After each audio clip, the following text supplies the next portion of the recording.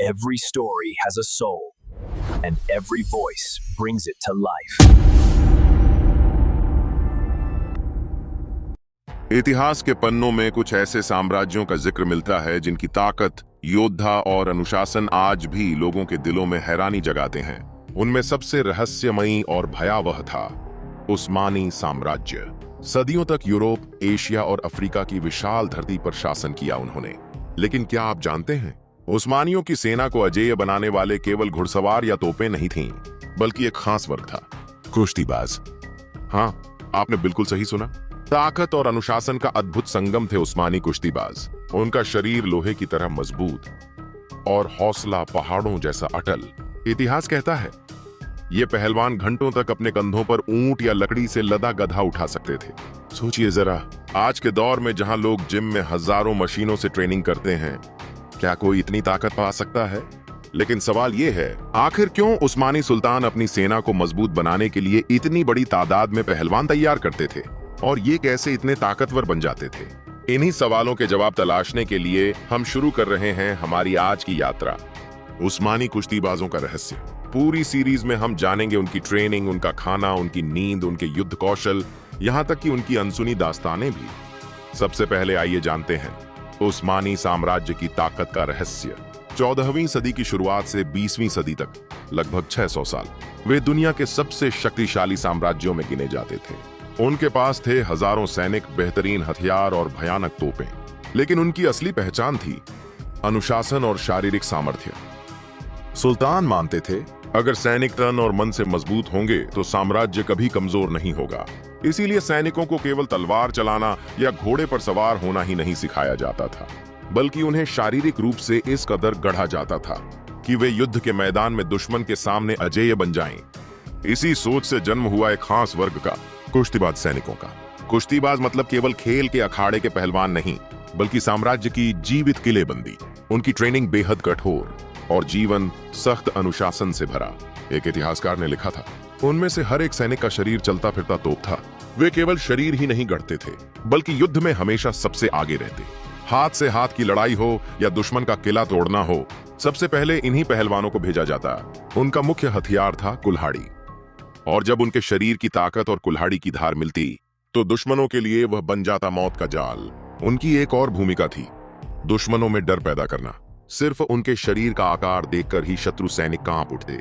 Europe के कई इतिहासकार लिखते हैं, जैसे ही उस्मानी पहलवान युद्ध के मैदान में उतरते, कई बार दुश्मन की सेनाएं बिना लड़े ही टूट जाती।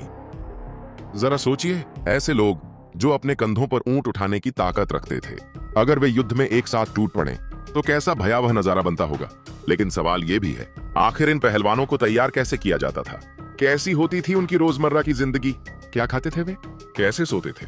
और इतनी अपार शक्ति कैसे हासिल करते थे? इन सारे सवालों के जवाब हम जानेंगे इस सीरीज के आने वाले हिस्सों में।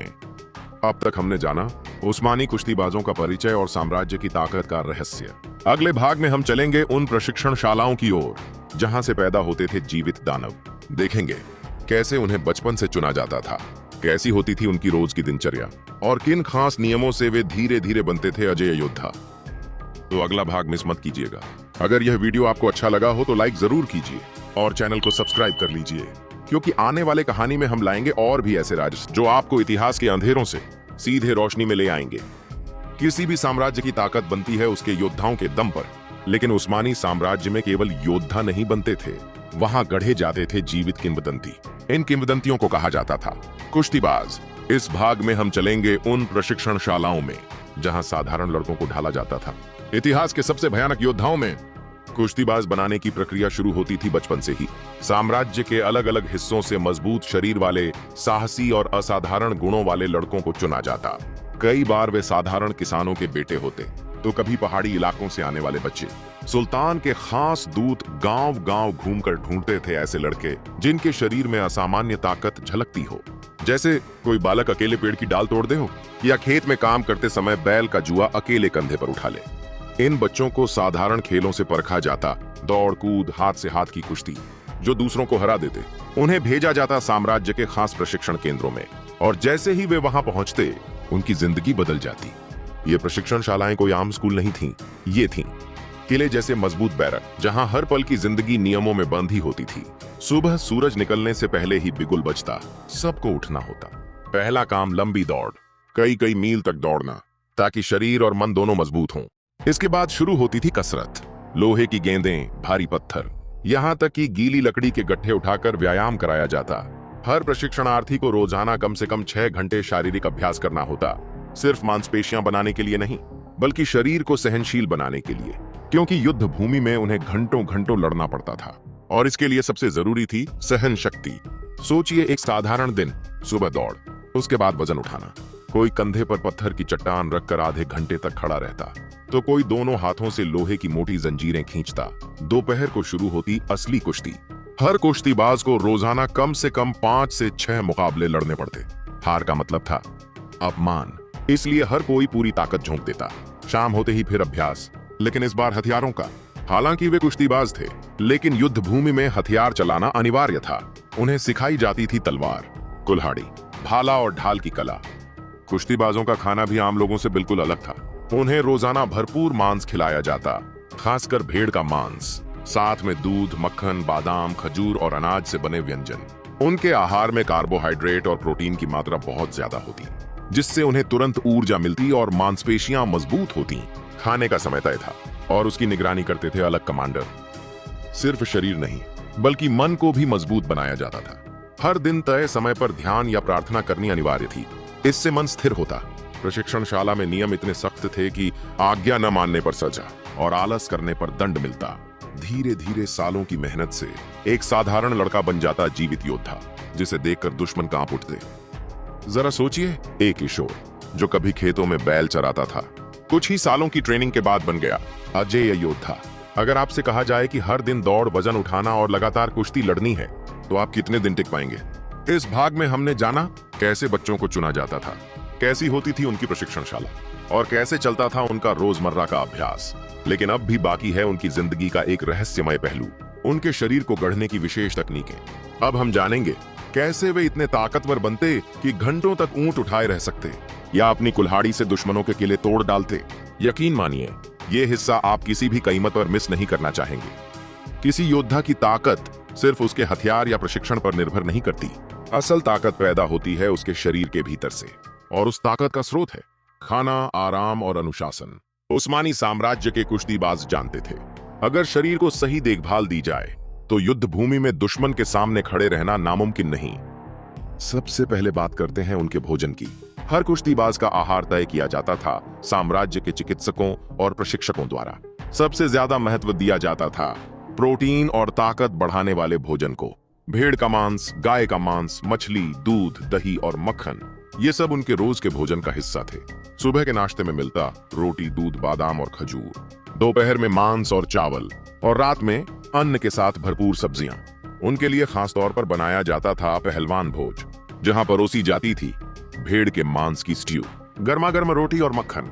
ये आहार सिर्फ ताकत ही नहीं देते थे, बल्कि लंबे समय तक लड़ने की सहन शक्ति भी पैदा करते थे। कुश्तीबाज कभी बेतरतीब नहीं खाते थे, खाने का समय तय था और सब एक साथ बैठकर खाते। ज्यादा खाना या कम खाना, दोनों ही अपराध माने जाते। उनके लिए खाना पकाने के लिए अलग रसोइयों की टीम होती, जिनका काम सिर्फ कुश्तीबाजों को खिलाना होता। हर प्लेट पर नजर रखता था कमांडर, ताकि कोई भी आलस करके खाना न छोड़े। खाने के बाद आता है दूसरा अहम पहलू, नींद। इतिहास बताता है कि उस्मानी कुश्तीबाजों की नींद का समय भी तय था। हर दिन कम से कम 8 घंटे की नींद अनिवार्य थी, लेकिन उनका सोने का तरीका बिल्कुल अलग था। वे सख्त जमीन पर सिर्फ एक चटाई बिछाकर सोते और सिरहाने होता कड़ा तकिया। इसका उद्देश्य था शरीर को कठिनाई सहने का अभ्यास कराना, क्योंकि अगर वे मुलायम बिस्तर के आदी हो जाते तो युद्ध भूमि में कष्ट सहना मुश्किल हो जाता। रात को सब एक ही बैरक में सोते और एक कमांडर पहरा देता कि कोई समय से पहले न उठे या देर तक न जागे। सुबह सूरज निकलने से पहले ही सबको जगा दिया जाता। खाने और नींद के बाद आता है सबसे अहम पहलू, कसरत। उनके रोजाना अभ्यास में शामिल था कंधे पर भारी पत्थर उठाना, पेड़ का तना गिराने की कोशिश करना, जमीन पर लेटकर हाथों से पूरा शरीर उठाना, सैकड़ों बार रस्सी कूदना, नदी की तेज धारा के विरुद्ध तैरना। सबसे आश्चर्यजनक बात यह थी कि वे किसी यांत्रिक जिम का उपयोग नहीं करते थे। प्रकृति ही उनकी जिम थी, पत्थर, कीचड़, पेड़ और नदी। एक प्रशिक्षक ने कहा था, अगर कोई कुश्तीबाज 1 घंटे तक पत्थर कंधे पर रखकर दौड़ नहीं सकता तो वह योद्धा बनने के योग्य नहीं। यही कारण था कि हर दिन उन्हें अमानवीय कठिनाई झेलनी पड़ती थी। अब बात करते हैं अनुशासन की। कुश्तीबाजों की जिंदगी अनुशासन की मूर्ति थी। हर पल नियंत्रण में। कौन कब उठेगा, कब खाएगा, कब अभ्यास करेगा, कब सोएगा, सब कुछ तय था। अगर कोई नियम तोड़ता तो सजा भयानक होती। कभी पूरे दिन बिना खाना दिए रखा जाता तो कभी ज्यादा वजन उठवाया जाता। इन्हीं नियमों के बीच वे बनते थे कठोर, निर्दयी और अडिग। उनका हर दिन, हर पल था युद्ध भूमि की तैयारी। सोचिए जरा, आपको रोज तय समय पर सोना है, खाना है, दौड़ना है और कंधे पर भारी पत्थर रखकर दौड़ना है। आप कितने दिन टिक पाएंगे? आज हम आजादी से खाते पीते और जीते हैं, लेकिन वे कुश्तीबाज अपने हर पल को अनुशासन में बांध कर रखते थे। इसीलिए वे इतिहास में अमर हैं। आज हमने जाना कुश्तीबाजों का खाना, नींद, कसरत और अनुशासन, लेकिन उनका असली हथियार छुपा है, कुल्हाड़ी। अब हम सुनेंगे कैसे ये कुश्तीबाज युद्ध भूमि में कुल्हाड़ी से दुश्मनों का सफाया कर देते थे और क्यों कुल्हाड़ी थी उनकी प्रियतम हथियार। अब आने वाला है सबसे रोमांचक अध्याय। युद्ध भूमि में हर साम्राज्य का एक प्रतीक होता है। कोई गर्व करता है तलवार पर, कोई भाले पर, लेकिन उस्मानी पहलवानों का प्रतीक था एक भयावह हथियार, कुल्हाड़ी। आज के इस इतिहास में हम जानेंगे आखिर क्यों यह कुल्हाड़ी उनकी सबसे प्रिय हथियार बन गई, कैसे वे युद्ध भूमि में इसका प्रयोग करते थे और कैसे इसके हर प्रहार से दुश्मनों के दिलों में दहशत फैल जाती थी। उस्मानी पहलवान साधारण सैनिकों की तरह हल्की तलवार पसंद नहीं करते थे। उनके शरीर में इतनी अपार शक्ति थी कि वे चाहते थे एक भारी हथियार जिसका एक ही वार दुश्मन को फिर उठने न दे। वह हथियार था कुल्हाड़ी। भारी लोहे की कुल्हाड़ी को वे सहजता से कंधे पर उठा लेते। जहां साधारण सैनिक तलवार चलाने में पसीना बहाता, वहीं पहलवान एक ही वार में दुश्मन की ढाल तोड़ डालते। युद्ध शुरू होते ही सामान्य सैनिक तीर चलाते, तोपें गरजती, लेकिन जब दुश्मन का किला तोड़ने का समय आता तब आगे बढ़ते पहलवान। उनकी जिम्मेदारी थी दुश्मन की दीवारें तोड़ना, ढाल और कवच चकनाचूर करना, सामने से भय दिखाना। कई बार देखा गया सैकड़ों पहलवान मिलकर दुश्मन के दरवाजे पर झपट पड़ते और कुल्हाड़ी के प्रहार से मोटी लकड़ी चूर चूर हो जाती। पहलवानों के पास कुल्हाड़ी चलाने की अपनी विशेष तकनीक थी। वे इसे कहते थे वज्राघात। इसमें योद्धा पहले शरीर को झुका लेता, फिर अचानक पूरी ताकत से ऊपर से कुल्हाड़ी गिराता। यह वार इतना शक्तिशाली होता कि ढाल, कवच और दुश्मन सब कुछ एक पल में टूट जाता। एक और तकनीक थी चक्रवात प्रहार।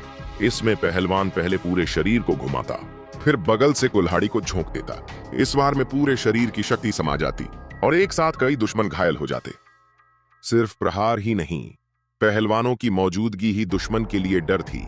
सोचिए, एक विशालकाय योद्धा, कंधे पर ऊंट उठाने की ताकत, हाथ में विशाल कुल्हाड़ी। उसे युद्ध भूमि में अपनी ओर आता देख दुश्मन के कदम कांप उठते थे। यूरोपीय इतिहासकारों ने लिखा, उस्मानी पहलवानों की कुल्हाड़ी की आवाज सुनते ही दुश्मनों के दिल में भय उतर आता था।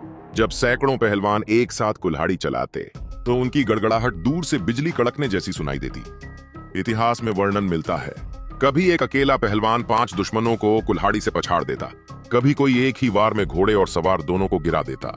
एक बार नदी के किनारे उस्मानी पहलवानों ने दुश्मनों की नावें रोकी। उन्होंने कुल्हाड़ी से नाव की लकड़ियां तोड़ दी और दुश्मन पानी में डूब गए। यह घटना यूरोपीय सैनिकों के मन में त्रास बन गई थी। पहलवानों का शरीर और कुल्हाड़ी मानो एक दूसरे के पूरक हों। वे मानते थे तलवार के लिए गति चाहिए और कुल्हाड़ी के लिए चाहिए शक्ति, और उसी शक्ति के लिए उन्होंने वर्षों कठोर प्रशिक्षण किया। उनके हाथों में कुल्हाड़ी का अर्थ था मृत्यु का प्रतीक। एक वार और दूसरा वार करने की जरूरत ही नहीं। जरा कल्पना कीजिए, युद्ध भूमि में एक साथ 100 पहलवान कुल्हाड़ी लेकर टूट पड़े। वज्राघात की गूंज, टूटते ढालों की आवाज और दुश्मनों की चीखें। अगर उस समय आप दुश्मन दल में होते, क्या हिम्मत करके खड़े रह पाते? आज हमने जाना पहलवानों का युद्ध कौशल और उनकी कुल्हाड़ी का रहस्य, लेकिन कहानी यहीं समाप्त नहीं होती। इतिहास में कुछ ऐसे पहलवान थे जिनके नाम किंवदंती बन गए। उन पर लोक कथाएं रची गईं, गीत गाए गए और कविताएं लिखी गईं। आगे हम जानेंगे उन मशहूर पहलवानों की गाथाएं जिन्होंने अकेले ही युद्ध का रुख बदल दिया। यकीन मानिए, उनकी कहानियां सुनकर आपको लगेगा ये इंसान थे या फिर अलौकिक शक्ति के धनी। हर राष्ट्र के इतिहास में कुछ ऐसे लोग होते हैं जिनके नाम कभी भुलाए नहीं जाते। उस्मानी साम्राज्य के पहलवान भी अपवाद नहीं थे। वे सिर्फ युद्ध भूमि में ही नहीं बल्कि आम जनता के बीच भी किंवदंती बन गए। आगे के इतिहास में हम जानेंगे उन प्रसिद्ध पहलवानों की कहानियां जो अकेले ही एक युद्ध का रुख बदल देते थे और बन जाते थे लोक कथाओं के नायक। सबसे पहले आते हैं हाजी यूसुफ की बात पर। वे 15वीं शताब्दी के एक महान पहलवान थे। इतिहास कहता है एक बार युद्ध भूमि में यूसुफ दुश्मन के घोड़े पर कूद पड़े और एक ही कुल्हाड़ी के वार से घोड़ा और सवार दोनों को जमीन पर गिरा दिया।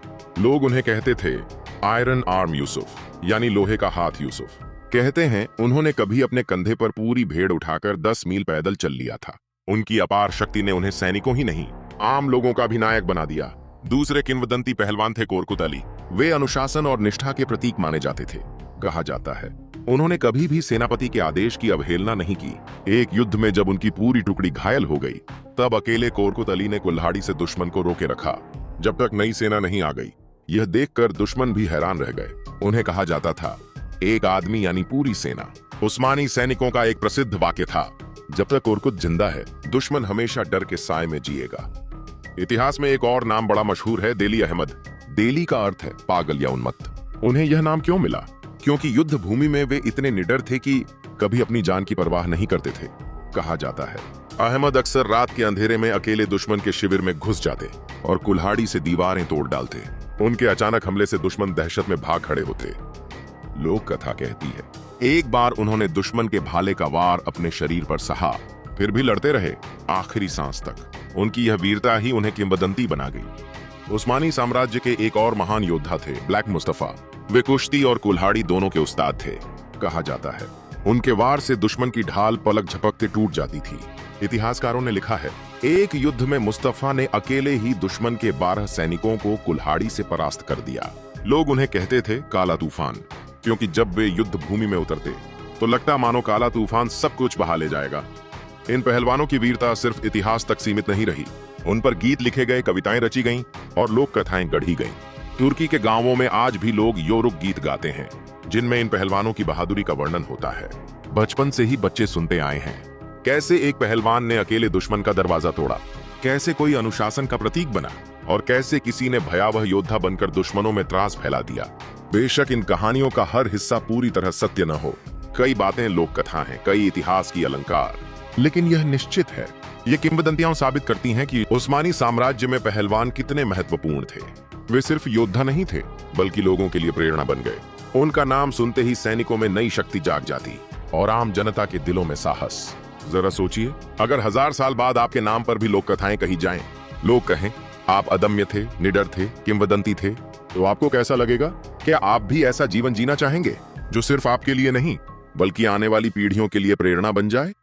आज हमने जाना प्रसिद्ध पहलवानों की कहानियां और उनकी किंवदंतियां, लेकिन इतिहास में अब भी एक प्रश्न बाकी है। उस्मानी साम्राज्य ने इन पहलवानों को इतना महत्व क्यों दिया? साम्राज्य के विस्तार में इनकी वास्तविक भूमिका कितनी थी? अब हम जानेंगे कैसे पहलवान सिर्फ सेना का हिस्सा नहीं बल्कि उस्मानी साम्राज्य की शक्ति और गौरव का प्रतीक बन गए। अब हम पहुंच चुके हैं अपनी इस यात्रा के अंतिम पड़ाव पर। इतिहास के पहले भाग में हमने जाना कैसे उस्मानी साम्राज्य की शक्ति की नींव उनके पहलवानों पर टिकी थी। फिर जाना उनके कठिन प्रशिक्षण, जीवन शैली, शारीरिक सामर्थ्य, युद्ध कौशल और उन पर बनी किंवदंतियां। लेकिन अंत में सवाल यही है, इन पहलवानों की वास्तविक भूमिका क्या थी? क्या वे सिर्फ योद्धा थे या फिर साम्राज्य की आत्मा और शक्ति का प्रतीक? उस्मानी साम्राज्य एक समय दुनिया का सबसे शक्तिशाली साम्राज्य था, लेकिन उनकी ताकत सिर्फ तोपों, तलवारों या जहाजों में नहीं थी, वह इन पहलवानों में भी थी। ये पहलवान थे सेना की धड़कन। जब साधारण सैनिक थक जाते तब पहलवानों की मौजूदगी उन्हें नई ऊर्जा देती। जब दुश्मन कांपते तब यही पहलवान आगे बढ़कर विजय का रास्ता बनाते। ये पहलवान सिर्फ ताकतवर नहीं थे बल्कि अनुशासन के प्रतीक थे।